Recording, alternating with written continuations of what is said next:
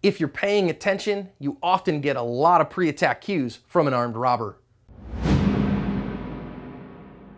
Hi everyone, this is John with today's active self-protection lesson out of Oklahoma City, Oklahoma. Shows us an armed robbery there that's not going to go very well for the armed robbers. We're going to learn some important lessons here about situational awareness, about pre-attack cues, and about why we talk about the 5 Ds all the time when it comes to fighting against an armed attacker. I've sped the beginning up for the sake of time, but you see these 3 guys and they're clearly something's not right here. Their hoods are up and they're putting off all kinds of cues. See the guy getting into his waistband there and all kinds of these little pre-attack tells. And now what we're gonna see is once they decide that it's the right time, there's this guy here behind the counter and they're gonna decide, oh, okay, now's the right time to launch an armed robbery. And this guy that's right in front of us is gonna pull a gun, stick it right in his face, and the clerk is gonna go to town with him. He is actually gonna resist that, and the other guys are gonna come out as well. It's gonna change over. We're gonna see that he's trying to hold on to this perp, but the perp's gonna be able here to get out of his sweater and get it off of him and then run off. And all these guys did run off.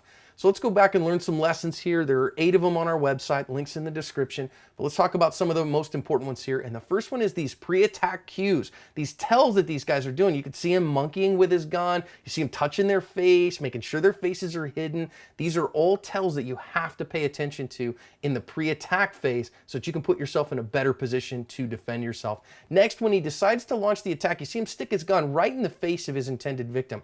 That's very common in armed robberies because what these armed robbers do is they use it as an intimidation tool. They want you to see that they have the power, and so they stick it right in your face. Now what we're going to see here is that the defender here decides to start these 5 Ds, and they're instinctive, and that's why we talk about them. So he starts with deflect. He deflects that barrel off of him so that he doesn't get shot in the face, and then tries to dominate, and that's really good, but he only gets one hand on that gun hand. You can see his other hand here up on the other guy's shoulder, which allows the perp to get 2 hands on the gun. He gets more dominance than our defender does. You have to dominate, and usually that means 2 hands on the arm that's defender. We can see here that now he has to deal with multiple attackers, and if you look in the back, you can see that that third robber has a gun in his hand as well. So you have multiple armed robbers here and multiple people who are armed.